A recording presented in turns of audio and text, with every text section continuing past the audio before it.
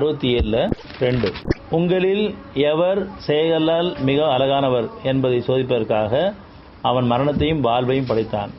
மேலும் அவன் மிகைத்தவன் மன்னிப்பவன்.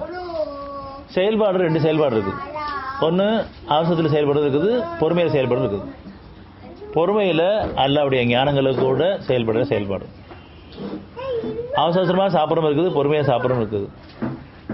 பொறுமையாக நடக்கிறது இருக்குது, அவசரமாக ஓடுறதும் இருக்குது. சாதாரணம் சொல்லுவாங்க, நான் ஓடிட்டே இருக்கேன், வாழ்க்கையில் ஓடிக்கிட்டே இருக்கேன்னு சொல்லுவாங்க. ஓடுறதுக்காக கால் கொடுக்கப்படல, நடக்கிறதுக்காக. அந்த நடையிலையும் அவசரம் வேண்டாம், பொறுமை வேணும்.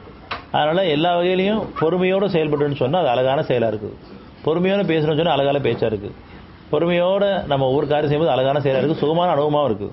ஆனால் அவசரத்தில், வேகத்தில், உணர்ச்சியில் செயல்படும் போதெல்லாம் அது சோர்வையும் கலப்பையும் ஏற்படுத்துது. பொறுமையில் செயல்படும்போது சுகத்துக்கு மேலே சோத்து கொடுக்குது. அப்போ நம்ம பொறுமை தான் நமக்கு அடிப்படை. அந்த பொறுமையில் என்னுடைய வழிகாட்டுதல், வழி நடத்தல் நமக்கு இருக்குது. உங்களில் எவர் செயலால் மிக அழகானவர் என்பதை சோதிப்பதற்காக நல்ல செயல் வேணும்னு சொன்னால் பொறுமை தான். பொறுமையில் தெளிவான விளக்கங்கள், அதனுடைய ஞானங்கள், அதோட வழிகாட்டுதல், வழி நடத்துதல் எல்லாமே சுகமாக இருக்கும். சோர்வோ களைப்பு அதில் இருக்காது.